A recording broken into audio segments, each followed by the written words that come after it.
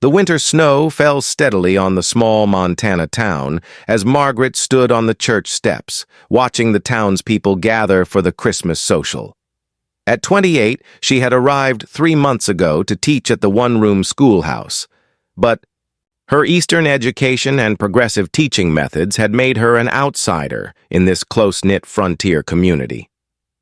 Margaret wore her best blue dress, carefully mended where it had torn during the difficult journey west. Her blonde hair was pinned back in a simple style that reflected both her practical nature and limited resources. She had hoped tonight's social gathering might help her feel more accepted in the community, but the whispered conversations and pointed looks suggested otherwise. "Miss Harper thinks she's too good for our ways," she overheard Mrs. Patterson saying to a group of women near the punch table. "All those fancy Eastern ideas about how children should learn. Teaching girls arithmetic, like they're going to run businesses." Margaret felt her cheeks burn with embarrassment and frustration. She had come west to make a difference in children's education, but the community seemed determined to view her methods as threatening rather than beneficial. Standing apart from the crowd, she noticed a tall man in a brown coat watching the social, gathering with the same sense of detachment she felt. He held the hand of a little girl, perhaps 5 years old, who was studying Margaret with curious eyes. The child broke away from her father and approached Margaret with the fearless directness that only children possess. "Are you the new teacher?" the little girl asked, clutching a worn teddy bear. "I am. My name is Miss Harper. What's yours?" "I'm Lucy. That's my papa, Mr. Jonathan Rivers." Lucy pointed to the man in the brown coat who was now approaching with a mixture of caution and politeness. "Miss Harper," Jonathan said, tipping his hat respectfully. "I've heard about your work at the school." Margaret tensed, expecting another criticism of her teaching methods. "I hope what you've heard has been accurate." Lucy comes home every day excited about her lessons. "She's been practicing her letters and numbers constantly." Margaret felt surprised relief. "Lucy is a bright student. She asks thoughtful questions and isn't afraid to try new approaches to problems." "She is pretty, Papa," Lucy said suddenly, looking up at Margaret with admiring eyes. "And she makes learning fun." Jonathan's expression softened as he looked at his daughter, then at Margaret. "Lucy doesn't give compliments lightly. She's usually quite shy around new people." Margaret knelt down to Lucy's level, touched by the child's acceptance. "Lucy, would you like to see something special?" From her small bag, Margaret pulled out a book of illustrated fairy tales she had brought from Boston. Lucy's eyes widened with wonder as Margaret showed her the colorful pictures and began reading a story about a brave princess who solved problems with cleverness rather than waiting to be rescued. "Can the princess really do all those smart things?" Lucy asked, fascinated. "She can do anything she sets her mind to, just like you can." Jonathan watched this interaction with growing interest. Unlike many of the townspeople, he seemed to appreciate Margaret's approach to encouraging children's curiosity and confidence. "Miss Harper," Jonathan said, as Lucy became absorbed in the book, "I should tell you that not everyone in town understands what you're trying to accomplish, but some of us recognize its value." "Thank you, Mr. Rivers. It's been challenging to feel welcomed here." Change often makes people uncomfortable, especially when it challenges their assumptions about how things should be done. As the evening progressed, Margaret found herself in conversation with Jonathan, learning that he owned a ranch outside town and had been raising Lucy alone since his wife died in childbirth. Unlike the other townspeople, he seemed genuinely interested in her ideas about education and child development. "You mentioned teaching girls arithmetic," Jonathan said. "Most folks around here think that's unnecessary. I believe all children, regardless of gender, deserve the tools to think critically and solve problems.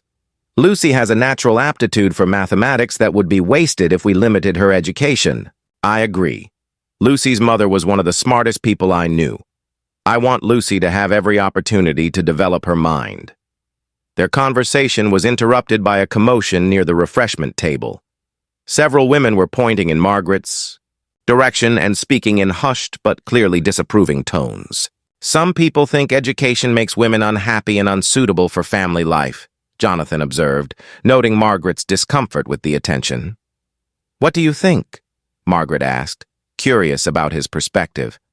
I think intelligent women make better wives and mothers because they can teach their children to think for themselves. Lucy had been listening to their conversation while looking at the book. Suddenly, she stood up and walked toward the group of women who had been gossiping about Margaret. Mrs. Patterson, Lucy said in her clear child's voice, Miss Harper is the best teacher we've ever had.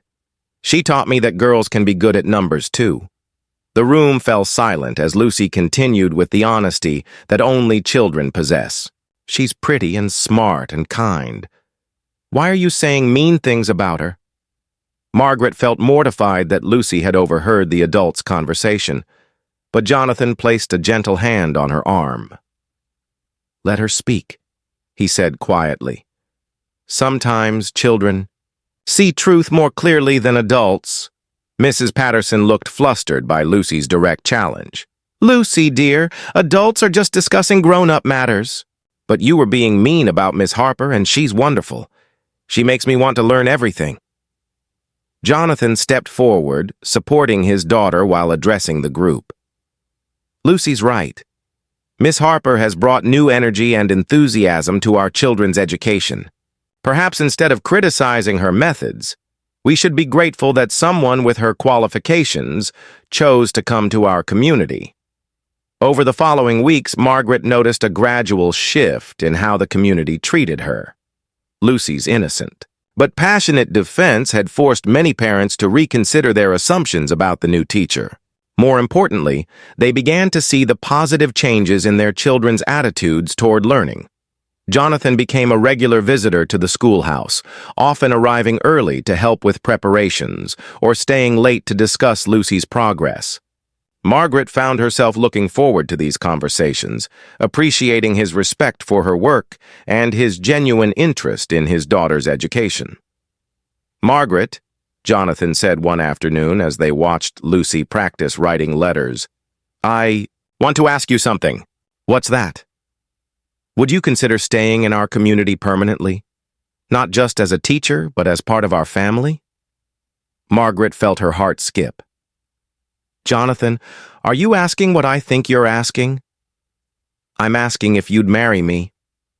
Lucy needs a mother who will encourage her mind as well as her heart, and I need a partner who shares my values about raising strong, educated children.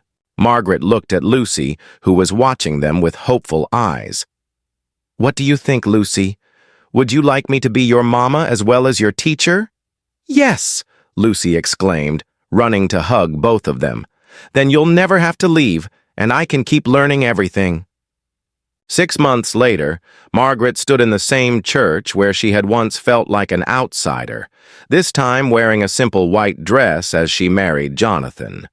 Lucy served as their flower girl, proudly carrying a basket of wildflowers and beaming at everyone who would look at her. The community that had once viewed Margaret with suspicion now celebrated her as both an excellent teacher and a valued member of their society. Her innovative teaching methods had produced noticeable improvements in the children's learning, and her marriage to Jonathan had given her the local connections that made her truly belong. Mrs. Rivers, Lucy said that evening as Margaret tucked her into bed in their new home. Are you happy you came to our town? Very happy, sweetheart. Sometimes the most difficult beginnings lead to the most wonderful endings. Margaret had learned that true acceptance comes not from conforming to others' expectations, but from finding people who recognize and value your authentic contributions. Lucy's innocent declaration of her worth had opened hearts and minds in ways that no amount of argument or demonstration could have achieved. The teacher who had come west seeking to make a difference had found not just professional fulfillment, but a family that celebrated both her mind and her heart. If this story of finding acceptance and love through authentic connection touched your heart, please like, share, and subscribe for more inspiring tales that remind us how one person's courage to speak truth can change everything. Your support helps us continue sharing stories about the power of seeing and celebrating each other's true worth.